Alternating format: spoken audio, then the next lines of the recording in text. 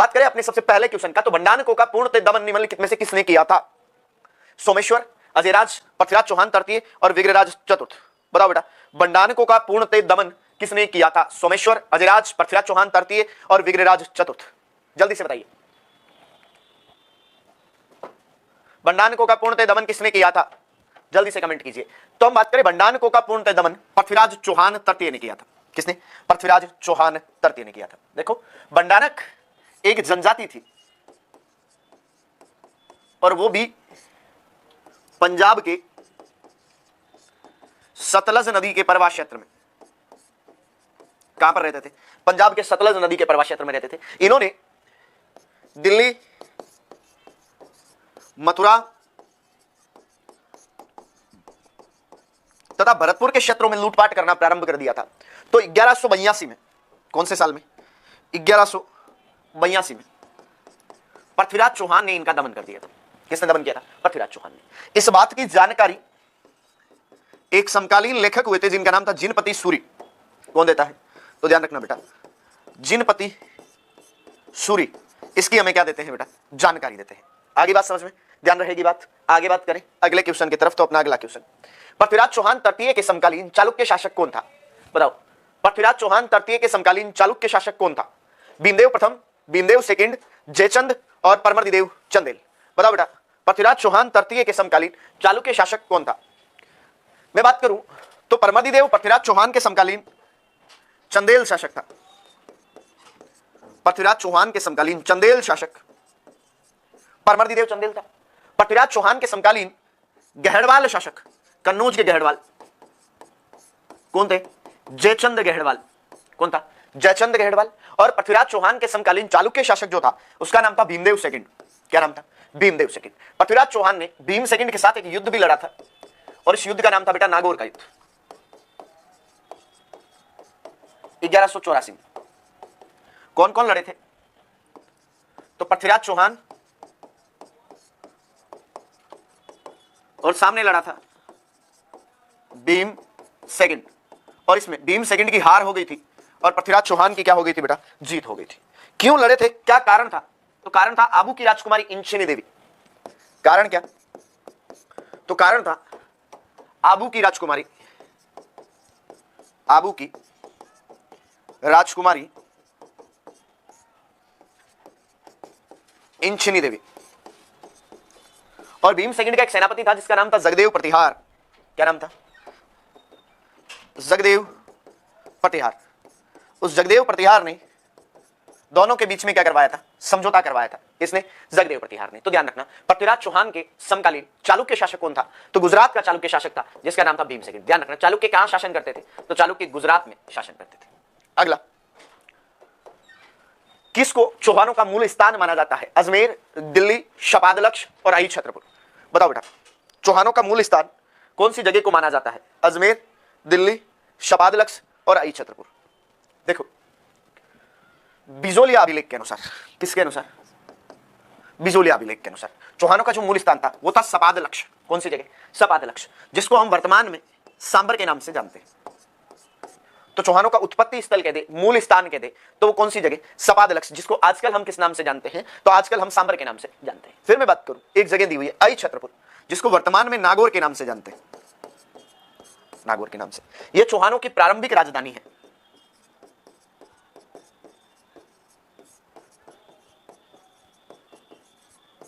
चौहानों की प्रारंभिक राजधानी कहां पर? तो ध्यान रखना बेटा, आई छत्रपुर। कहां पर? आई छत्रपुर। फिर मैं बात करूं तो दिल्ली, तो दिल्ली जीतने वाला चौहान शासक था जिसका नाम था विग्रहराज चतुर्थ। विग्रहराज चतुर्थ ने तोमरों को हराकर अधिकार किया। किसको हराया? तोमरों को हराकर अधिकार किया था। बिजोलिया अभिलेख में इसका भी वर्णन है कि दिल्ली विजय करने वाला चौहान शासक कौन था? तो उसका नाम था विग्रहराज चतुर्थ। फिर मैं आपसे बात करूं अजमेर, तो अजमेर की स्थापना 1113 में,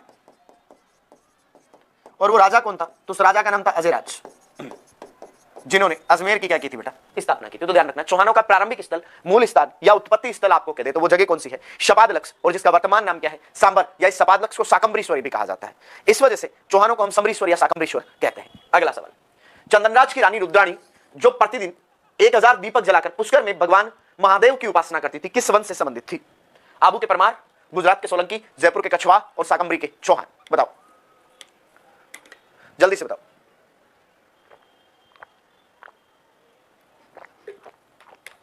चंदनराज की रानी रुद्राणी, जो प्रतिदिन 1000 दीपक जलाकर पुष्कर झील के किनारे भगवान शिव की उपासना करती थी या महादेव की उपासना करती थी, वो किस वंश की थी? आबू के परमार, गुजरात के सोलंकी, जयपुर के कछवा और साकंबरी के चौहान। हम बात करें, चंदनराज सांबर के चौहान वंश का शासक था। कहां का? सांबर के चौहान वंश का शासक था। मैंने आपको अभी बताया था कि सांबर का प्राचीन नाम साकंबरी था, सांबर का प्राचीन नाम सपादलक्ष था।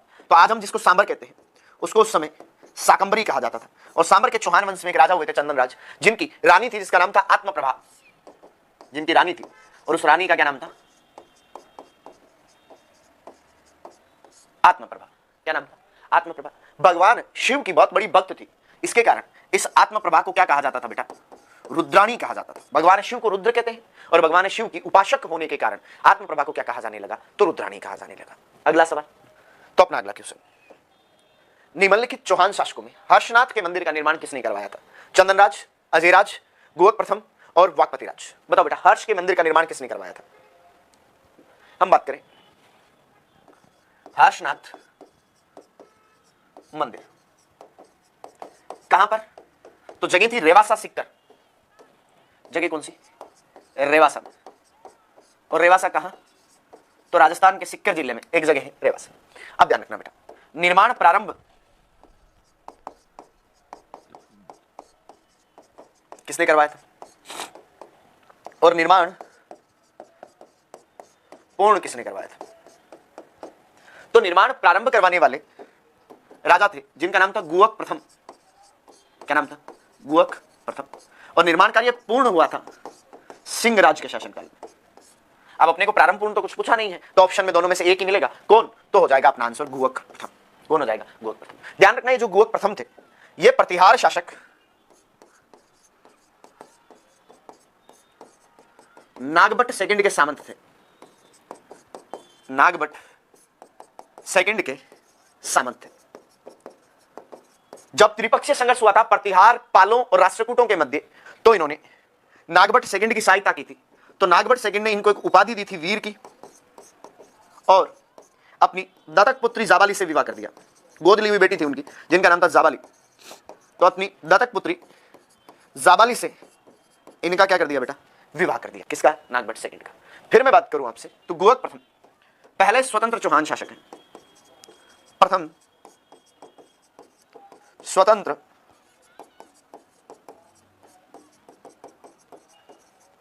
चौहान शासक कौन थे? गुवक प्रथम। तो ध्यान रख लेना, पहले स्वतंत्र चौहान शासक कौन थे? तो उनका नाम था गुवक प्रथम। अगला सवाल, अलाउद्दीन खिलजी ने 1311 में जालोर को जीतकर उसका नाम क्या रखा? खिजराबाद, खेराबाद, जलालाबाद या मोमिनाबाद? बताओ, अलाउद्दीन खिलजी ने जब 1311 में जालोर पर अधिकार कर लिया था तो उसका नाम बदलकर क्या रखा था? जल्दी से बताओ।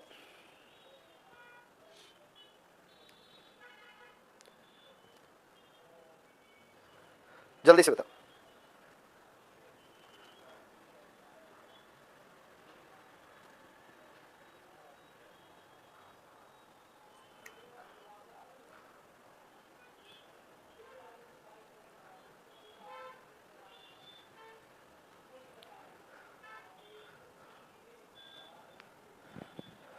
बहुत बढ़िया। कंप्यूटर निर्देशक की क्लास बंद कर दी बेटा, मैं काफी दिन बाहर था, फिर जब वापस आया तो नए सिरे से नई शुरुआत कर दी थी। बात करें अपन खिजराबाद, तो देखो खिजराबाद नाम रखा था अलाउद्दीन खिलजी ने चित्तौड़ का। किसका? चित्तौड़ का। कौन से साल में? 1303 ईस्वी में। चित्तौड़ का नाम क्या कर दिया था? खिजराबाद। फिर खेराबाद, तो खेराबाद कर दिया था सिवाना का। कौन से साल में? 1308 में। यहां भी अलाउद्दीन खिलजी का अटैक हुआ था और उन्होंने सिवाना का नाम बदल कर क्या कर दिया था? खेराबाद। और जालोर का नाम बदल कर क्या कर दिया था? जलालाबाद।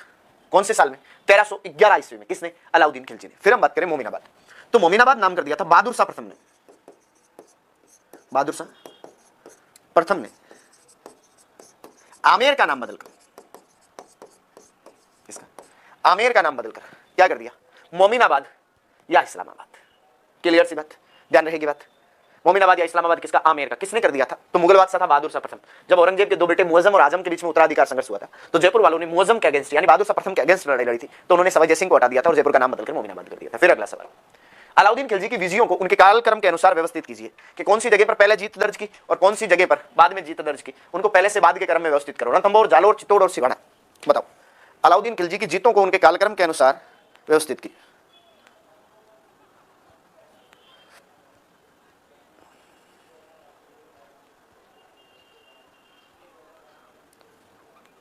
जल्दी से बताओ, अलाउद्दीन खिलजी की जीतों को उनके कालक्रम के अनुसार व्यवस्थित करना है। रणथंभौर, जालोर, चित्तौड़ और सिवाना।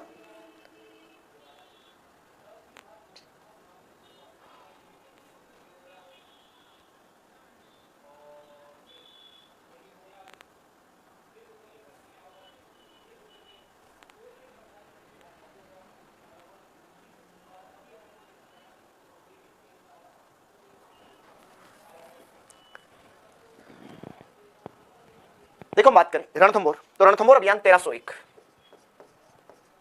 कौन से साल में? 1301 में। फिर मैं बात करूं आपसे जालोर, तो जालोर अभियान 1311, फिर चित्तौड़ 1303, फिर सिवाना 1308। चलो व्यवस्थित करो। तो सबसे पहले रणथंभौर, फिर चित्तौड़, फिर सिवाना, फिर जालोर। 1, 3, 4 और 2, तो क्या हो गया? ऑप्शन ए यहां पर अपना बिल्कुल फिट बैठ रहा है। क्या? ऑप्शन ए यहां पर अपना बिल्कुल क्या हो जाएगा? सही उत्तर हो जाएगा। 1, 3, 4 और 2। और ध्यान रखना बेटा, ये चारों ही शाखे हैं। रणथंभौर वाला राजस्थान का प्रथम शाखा, जालोर वाला जालोर का शाखा, चित्तौड़ वाला चित्तौड़ का प्रथम शाखा और सिवाना वाला सिवाना का प्रथम शाखा। तो राजस्थान में सबसे ज्यादा शाखे भी अलाउद्दीन खिलजी की वजह से हुए थे। 5 शाखे हो गए। कितने? 5 शाखे। किसकी वजह से? अलाउद्दीन खिलजी की वजह से शाखे हुए थे 5, है ना। 4 तो ये हो गए और एक जैसलमेर वाला हो गया था। फिर आगे बात करें, चौहान शासकों को कालक्रम के अनुसार व्यवस्थित कीजिए। विग्रराज, सोमेश्वर, पृथ्वीराज सेकंड और पृथ्वीराज तृतीय। कुछ राजा दिए हुए हैं और उनको उनके कालक्रम के अनुसार व्यवस्थित करना है।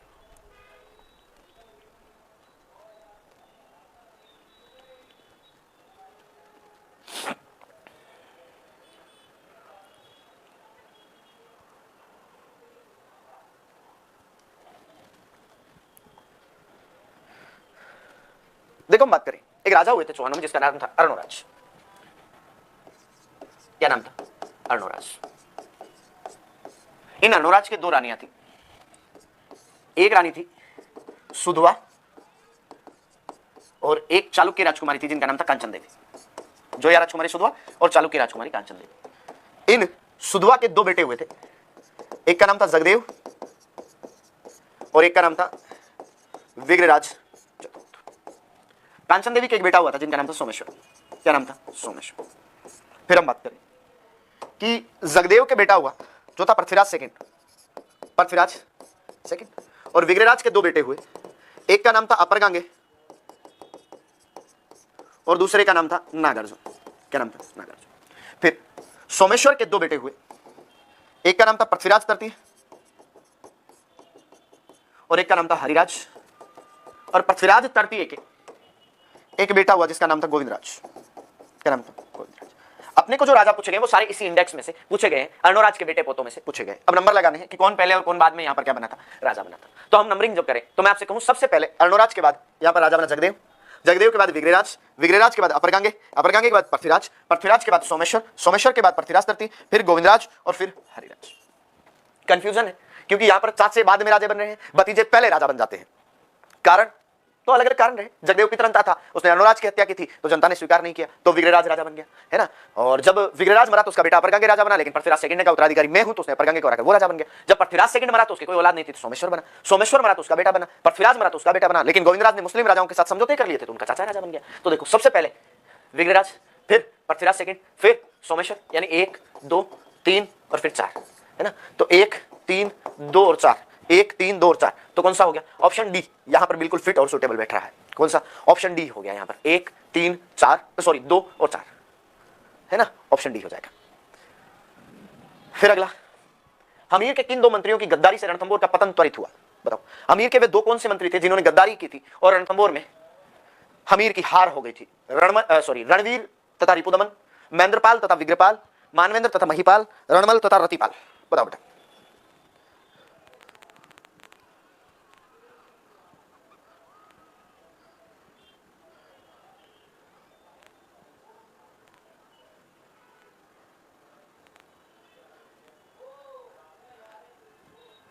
गाना सुनाई दे रहा है तुम्हें? पास में चावड़ा सर क्लास ले रहे हैं, वो क्रिस का गाना सुना रहे हैं सबको।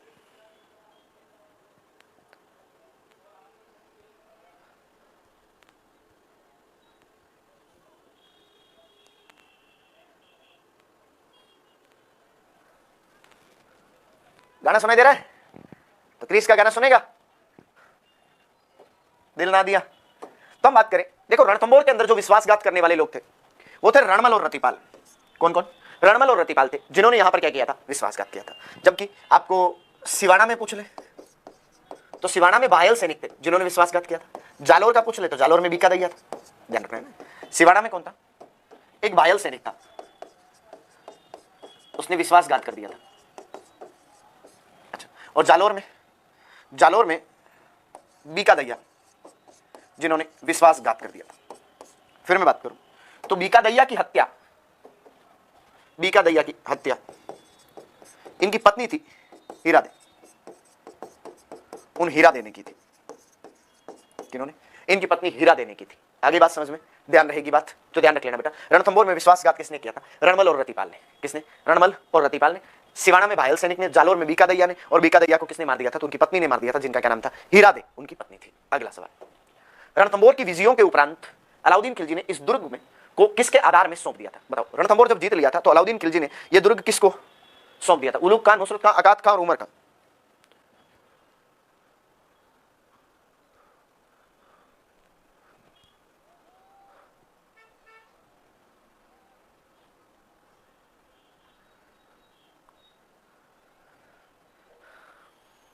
जल्दी से बताओ। अलाउद्दीन खिलजी ने जीत के बाद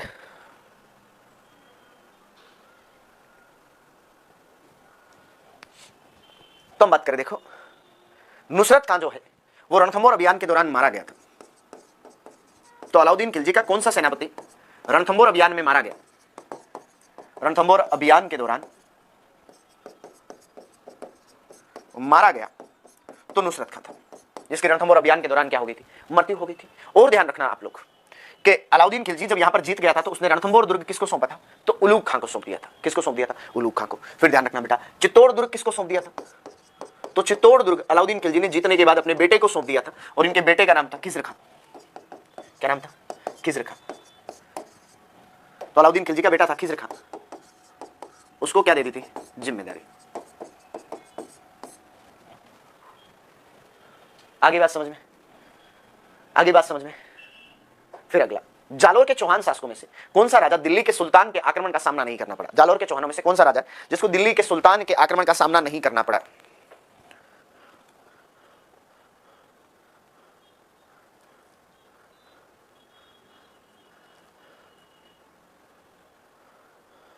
जल्दी से बताओ बेटा।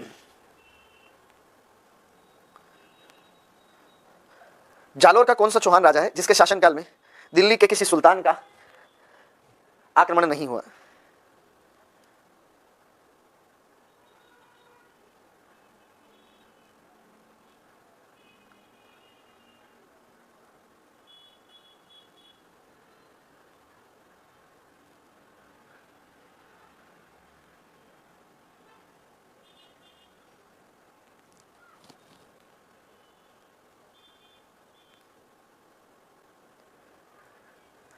बताओ बताओ बताओ। जयपुर से कोई है? मैं हूं। क्या करना है बताओ। देखो, उदय सिंह दिल्ली के दो सुल्तानों के समकालीन था, इल्तुतमिश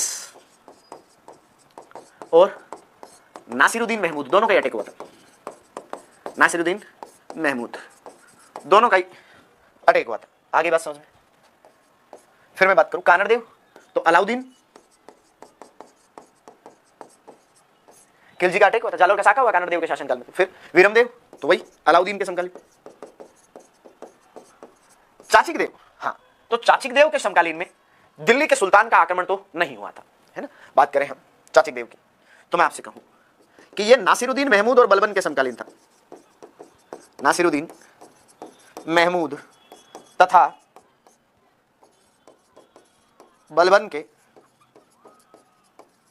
समकालीन। इसके नासिरुद्दीन महमूद तथा बलबन के समकालीन थे, लेकिन दिल्ली से कोई आक्रमण नहीं हुआ था। किसके शासनकाल में? चाचिक देव के शासनकाल में। इन चाचिक देव की एक उपाधि थी, और उपाधि थी महाराजा धीराज। कौन सी उपाधि? तो महाराजा धीराज। किसकी उपाधि थी? तो ध्यान रखना बेटा, चाचिक देव की उपाधि थी महाराजा धीराज। सर राजस्थान पुलिस कांस्टेबल के बैच में कोई ऑफर नहीं आएगा क्या? आया हुआ था ना, कल ही तो खत्म हुए हैं ऑफर सारे, है ना। आया हुआ था ऑफर, सभी कोर्सों पर था, कांस्टेबल के भी था, है ना, सभी कोर्सों पर आया हुआ था। क्लियर बात? क्या हो जाएगा? चाचिक देव। फिर अगला सवाल, किस शासक के राज्यकाल में दिल्ली शिवालिक अभिलेख उत्खनन करवाया गया था? किस राजा के शासनकाल में दिल्ली शिवालिक अभिलेख उत्खनन करवाया गया था? पृथ्वीराज प्रथम, पृथ्वीराज तृतीय, अरुणराज और विग्रहराज चतुर्थ। बताओ बताओ।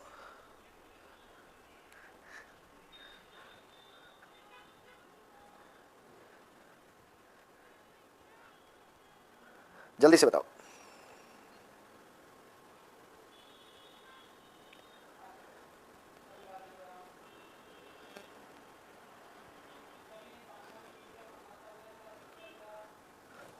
जल्दी से बताओ, किस राजा के शासनकाल में दिल्ली शिवालिक अभिलेख उत्खनन करवाया गया था?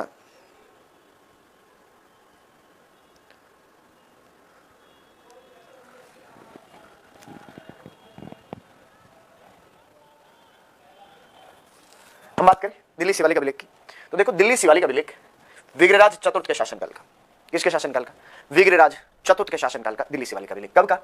तो 9 अप्रैल 1163 का।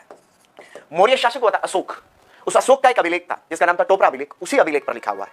बाद में दिल्ली का सुल्तान था फिरोज शाह तुगलक, वो इसको उखाड़ कर यहां से दिल्ली ले गया, तो हम इसको दिल्ली शिवालिक अभिलेख कहने लग गए। ध्यान रखना, इससे दो बातों की जानकारियां मिलती है। एक तो साम्राज्य की जानकारियां, इसमें विग्रहराज चतुर्थ के साम्राज्य की क्या मिलती है बेटा? जानकारी मिलती है। दूसरी बात, इससे तुर्कों को हराने की जानकारी मिलती है। तुर्कों को हराने की क्या मिलती है? जानकारी मिलती है। तो सभी लेख से दो जानकारियां मिलती है। एक तो साम्राज्य की, तो वो कहता है कि मैं हिमालय से लेकर विंध्याचल पर्वत तक शासन करता हूं, और फिर दूसरी बात में वो कहता है कि मैंने तुर्कों के समूल नाश कर दिया और मैं चाहता हूं कि मेरे आने वाले वंशज उन तुर्कों को अटक नदी से दूर रखें। कौन था? विग्रहराज चतुर्थ।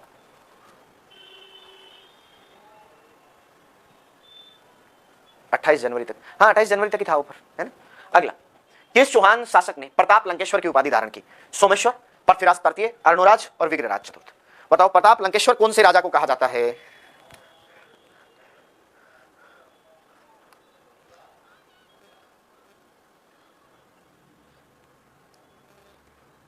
जल्दी से बताओ।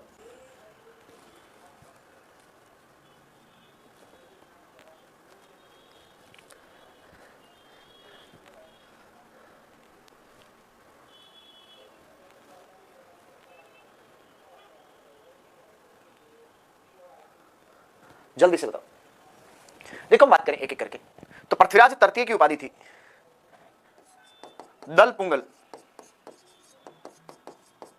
और दूसरी उपाधि थी राय पिथोरा। कौन कौन सी उपाधि? दल पुंगल और राय पिथोरा। फिर हम बात करें विग्रहराज चतुर्थ, इनकी उपाधियां थी विशल देव, या फिर इनको कवि बंधु, या इनको कटि बंधु भी कहते हैं। फिर एक राइटर था जिसका नाम था किलहॉर्न। क्या नाम था? किलहॉर्न। वो किलहॉर्न इनकी तुलना करता है कालिदास और बहुभूति से। किससे? कालिदास और बहुभूति से। आगे बात समझ में? तो ध्यान रखना बेटा, प्रताप लंकेश्वर कौन? सोमेश्वर। और ये बात कौन से अभिलेख में लिखी हुई है? तो ध्यान रखना, बिजोलिया अभिलेख में। कौन से अभिलेख में प्रताप लंकेश्वर कहा गया है सोमेश्वर को? तो बिजोलिया अभिलेख में सोमेश्वर को क्या कहा गया है? प्रताप लंकेश्वर कहा गया है। क्लियर सी बात? फिर मैं आगे बात करूं तो सोमेश्वर ने पार्श्वनाथ मंदिर को रेवणा गांव डोली में दिया। यही बिजोलिया अभिलेख में लिखा हुआ क्या कि पार्श्वनाथ मंदिर को रेवणा गांव डोली में दिया। डोली का मतलब होता है मंदिरों को दिया जाने वाला भू अनुदान। जो मंदिरों को जमीन दान में दी जाती है उसे क्या कहते हैं बेटा? डोली कहा जाता है। आगे बात करें, कौन पृथ्वीराज चौहान तटीय के समकालीन विद्वान नहीं था? विद्यापति गौड़, वागीश्वर जनार्दन, विश्वरूप या सारंगधर? बताओ।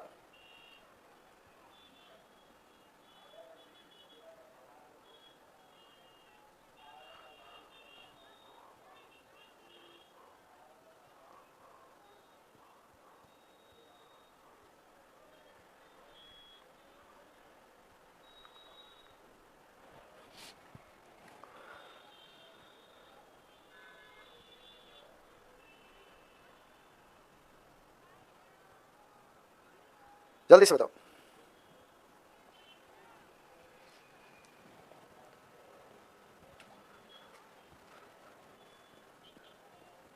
पटवार में रैंक पता नहीं क्या लिखा पटवार में, अच्छा अच्छा, पता नहीं, पूरा पढ़ ही नहीं पा रहा हूं आपका कमेंट। हाँ, हम बात करें पृथ्वीराज के दरबार में एक व्यक्ति थे चंद्रवरदय, किताब लिखी थी पृथ्वीराज रासो। कौन सी किताब? पृथ्वीराज रासो, जिसको पूरा किया था इनके बेटे ने, जिनका नाम था जलहण। और चंद्रवरदय का वास्तविक नाम था पृथ्वीबट। फिर मैं बात करूं चंद्रवरदय के बाद, तो एक राइटर था जयानक, उनकी किताब थी पृथ्वीराज विजय, पृथ्वीराज विजय। फिर इनके दरबार में एक व्यक्ति था जिसका नाम था आशाधर। क्या नाम था? आशाधर। फिर इनके दरबार में एक व्यक्ति था विद्यापति गौड़। फिर इनके दरबार में एक व्यक्ति था वागीश्वर जनार्दन। फिर इनके दरबार में एक व्यक्ति था विश्वरूप, जबकि इनके दरबार में सारंगधर नहीं था। कौन नहीं था? सारंगधर नहीं था। तो ऑप्शन डी अपने आप में यहां पर क्या हो रहा है? गलत हो रहा है। बाकी सारे यहां पर क्या हो जाएंगे? सही हो जाएंगे। अगला क्वेश्चन अपना